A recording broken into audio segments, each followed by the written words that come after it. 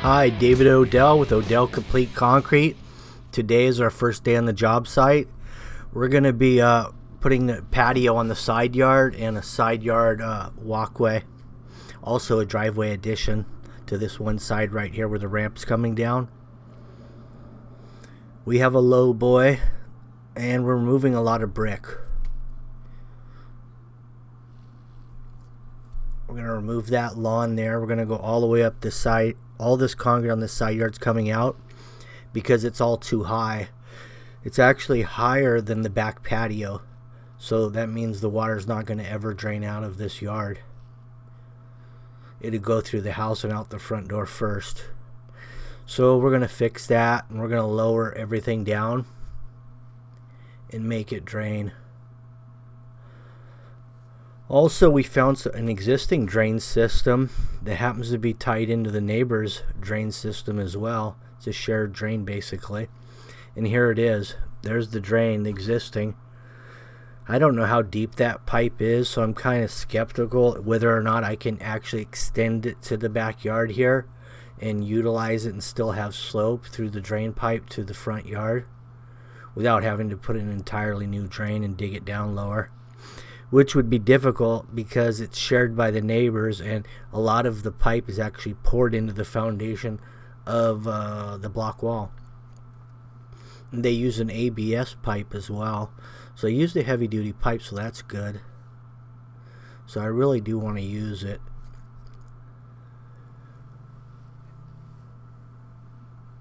So rather than taking this little 36-inch wide skidster track back and forth through that narrow side yard, I'm going to just scoop and dump into the wheelbarrow. And then Felix is going to run it out and dump it onto the low boy. Now before I remove the concrete, that way I still have a nice path to run the wheelbarrows on, I'll remove the sod in the front first.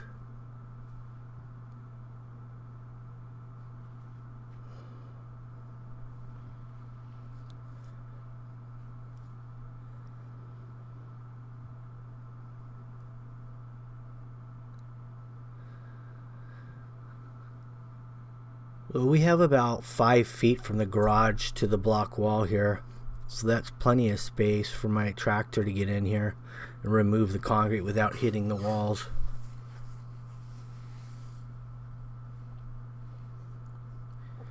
The nice thing about removing that concrete, didn't have any steel reinforcement in it, so it cracked up really easy. Just by scooping it, it actually cracked. Scooping and dropping.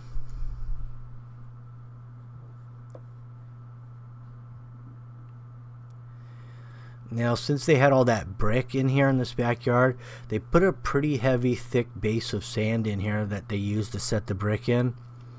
So I'm going to try to save all that sand and use that for my new base for the concrete.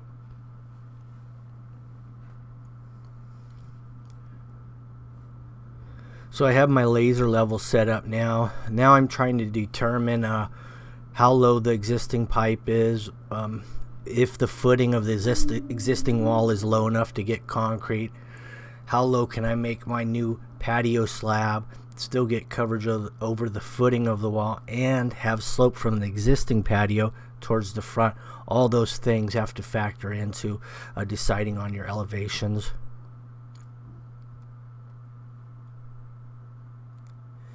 Because I do have some leeway. I can make valleys and get up and over that footing if I have to. I'd rather not though. I like a straight nice grade here. Especially since we're doing a thickened edge and we're going to, at some point the homeowner is going to put a patio cover over here. That means tables and chairs. So we're going to make this relatively flat. There's the sprinkler valves there. And we'll run a planter along the house there. We will go solid concrete to the slider door. And then we'll do another planter right here. I went ahead and snapped the line all the way down the house. And then I can just, that helps me to grade the dirt. And it also lets me put the form in. And I can just level off of that chalk line if need be. So I cheated this line down as much as I could and still get coverage over the footing and maintain a little slope. You can see the old existing line and my new line. So it's about a 3-inch difference there. That's how much I lowered this side yard, about 3 inches, just to get slope out. Although this patio in the back here will slope to these area drains, I was able to push the drains out off of the existing. I don't have much slope in that pipe, very minimal. I had to do a lot of modifications on the area drain caps and the couplings to make it all fit and still get slope to those drains and have slope in the pipe. So when you lift the pipe up, and couplings are 3 inches typically, that's 3 inches to your 90. I didn't have that much, so I ended up cutting the couplings about in half, just enough to get some glue and a little riser in the middle. But we made it work. I also had to cut down the drain grate as well. Those are 1.5 inches. I cut it down to about 1 inch.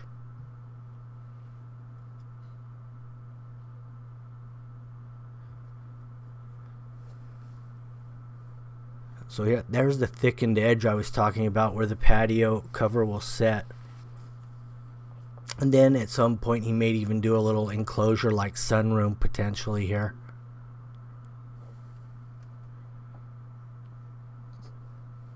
So I took and put some expansion foam against the block wall, and I glued that with some 3M adhesive right against the block wall, right to my chalk line. The nice thing about that is you have a good fixed point to screed off of that you're not going to lose, with concrete going over it or just getting erased from water or whatever. That's going to always be there.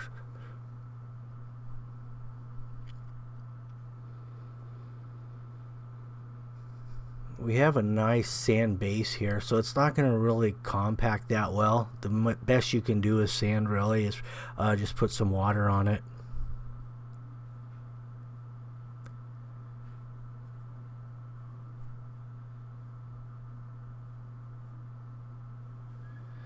So we have 2 area drains here. I also moved that existing grate that was against the back of garage. I moved that over just a little bit because otherwise it would have interfered with the patio post off the corner of that garage. So we moved that over a little bit as well.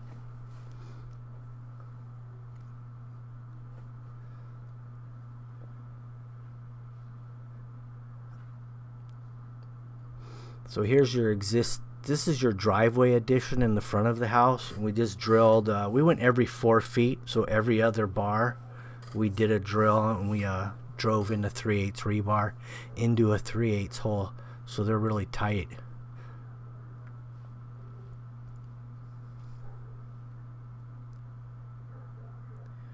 The nice thing about that, with the rebar being doweled in on one side, that automatically lifts your rebar off the ground when you tie to those dowels.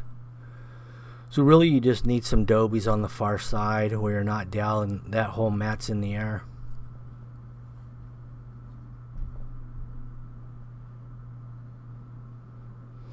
The type of concrete I'm going to use here is a 3250 City Mix.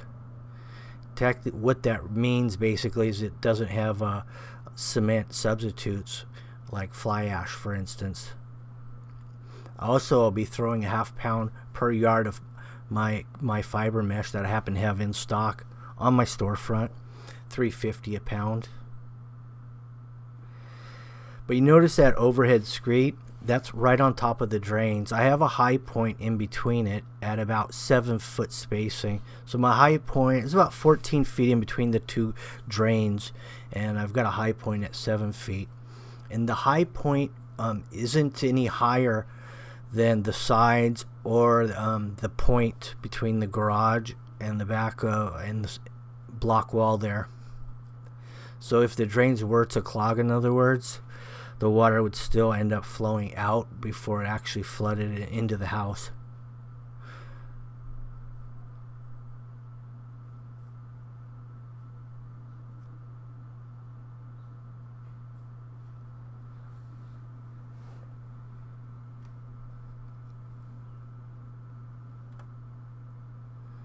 That's a 4-foot magnesium bowl float with a rocker arm on it.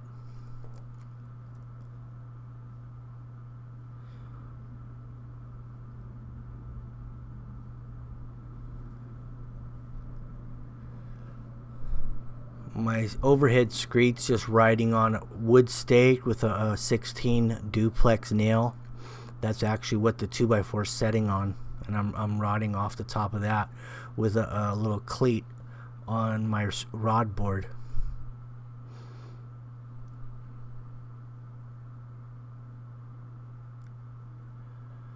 I will be putting a couple joints in here today. I'll be putting one off the back of corner garage, also another one right here at the corner near to us, and that'll just continue off of that form there. Maybe corner to corner, from the corner of the planter to the corner of this vegetable garden, or used to be a vegetable garden.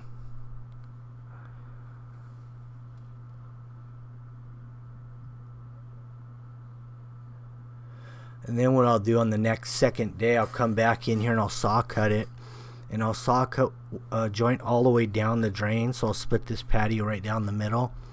And then I'll also make 2 more across. So you have 6 sections back here, plus your walkway. So that's 7 sections. And then of course your driveway and side yard of the garage. That'll be a few more sections there. So 10 yards didn't quite make it, so we brought another truck in here. I sent the pumper home. We backed in the second load and just tailgated it. It was only about 1.5 yards. So it was very light load. I wasn't worried about backing up on the driveway or sidewalk, because I knew at 1.5 yards you're not that heavy. Nothing's gonna break. Even though we tailgated, we used the same mix design, the pump gravel 3250, because if you change up your mixes, you're going to have 2 different color concretes. So whatever you start with, you have to end with on a job, in other words, if you want it to be uniform.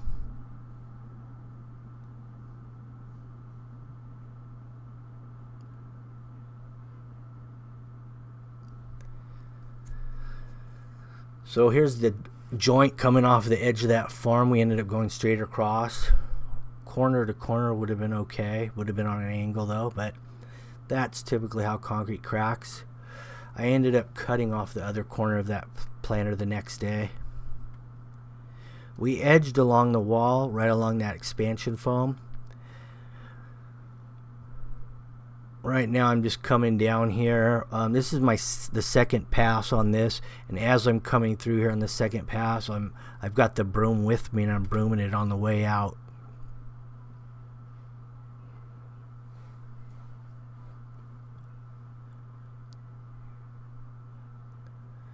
Now we're down here. The first load is completed.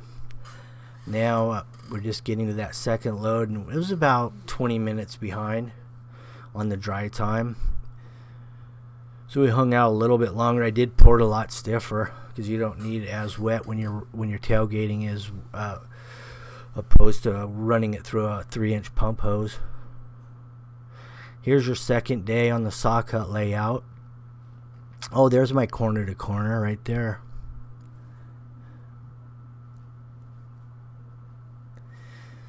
That's an ideal crack location. Usually cracks a 45 off of those inside corners. You're usually always looking at a 45 crack point. It never wants to crack straight.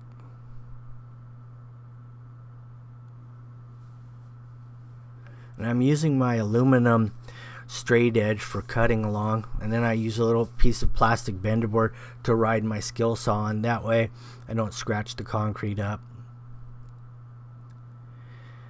And I did use the Milwaukee battery powered cutter. I didn't quite get through this job with that, so I had to switch over to the corded because I only carry 1 battery of everything.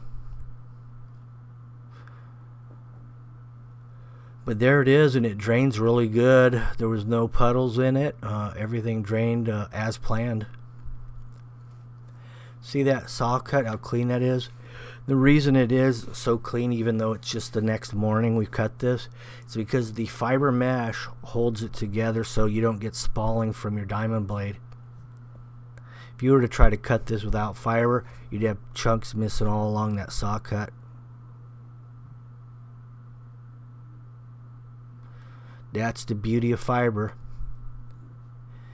There's those drain grates I was talking about. I had to cut down to 1 inch, and they come about 1.5 inches actually.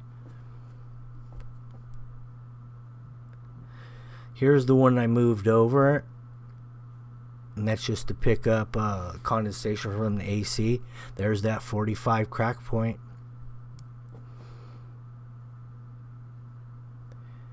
Here's the side yard.